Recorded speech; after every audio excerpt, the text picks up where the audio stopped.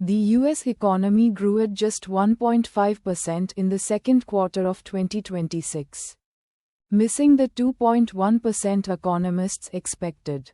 While the price index the government uses to track how much everything costs jumped from 3.6% to 5.7% in that same 3-month stretch.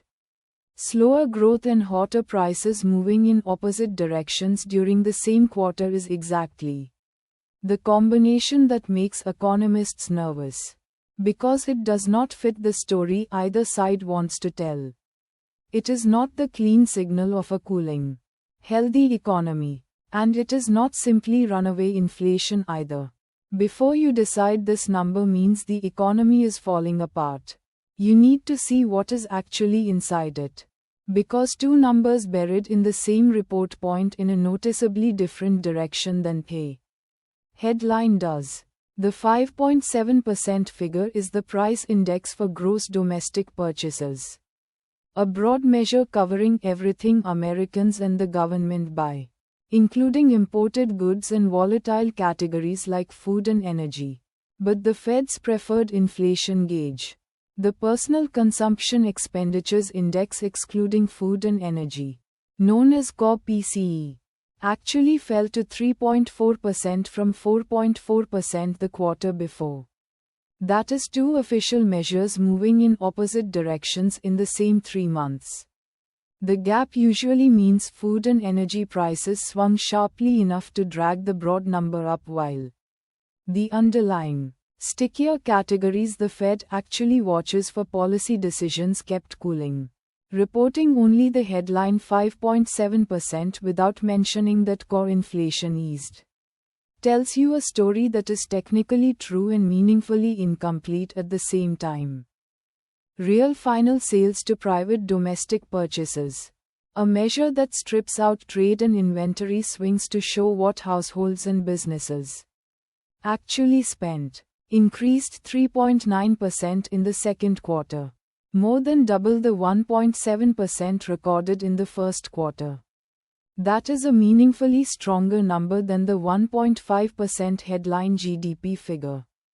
And the gap between them is usually explained by net exports and inventory changes, components that bounce quarter to quarter based on shipping timing and warehouse stock levels, rather than genuine underlying demand.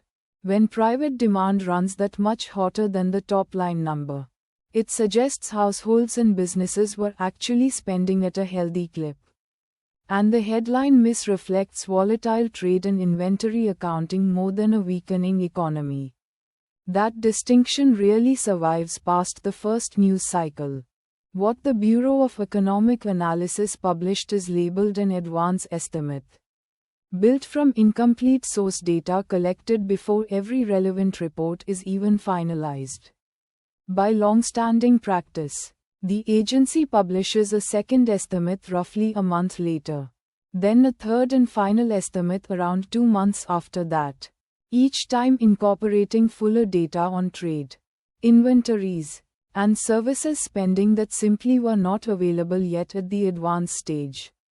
Advance estimates for GDP growth have shifted by more than half a percentage point in either direction within a single revision cycle before, which is a large enough swing to flip a headline from disappointing to solid or the reverse. Durable goods orders, one input to the fuller picture, rose just 0.3% in June after falling 4% in May. A choppy pattern that revisions will eventually smooth into a clearer trend than today's snapshot shows. Do not treat this one quarter as proof the US has entered stagflation. The 1970s era combination of stagnant growth and persistently high inflation. 1 quarter of slower growth alongside 1 quarter of a hotter broad price index is a data point, not a trend.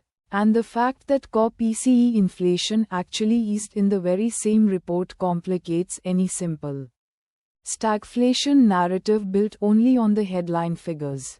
Geopolitical developments feeding into energy prices, tariff-driven import cost changes, And ordinary quarter-to-quarter noise in trade and inventory accounting can all move headline GDP and the broad price index without reflecting a lasting shift in the economy's underlying health.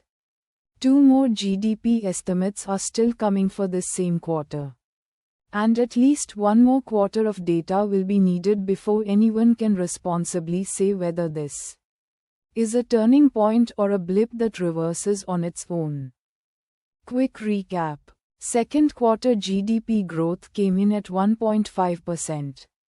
Missing forecasts. While the broad price index for purchases jumped to 5.7%.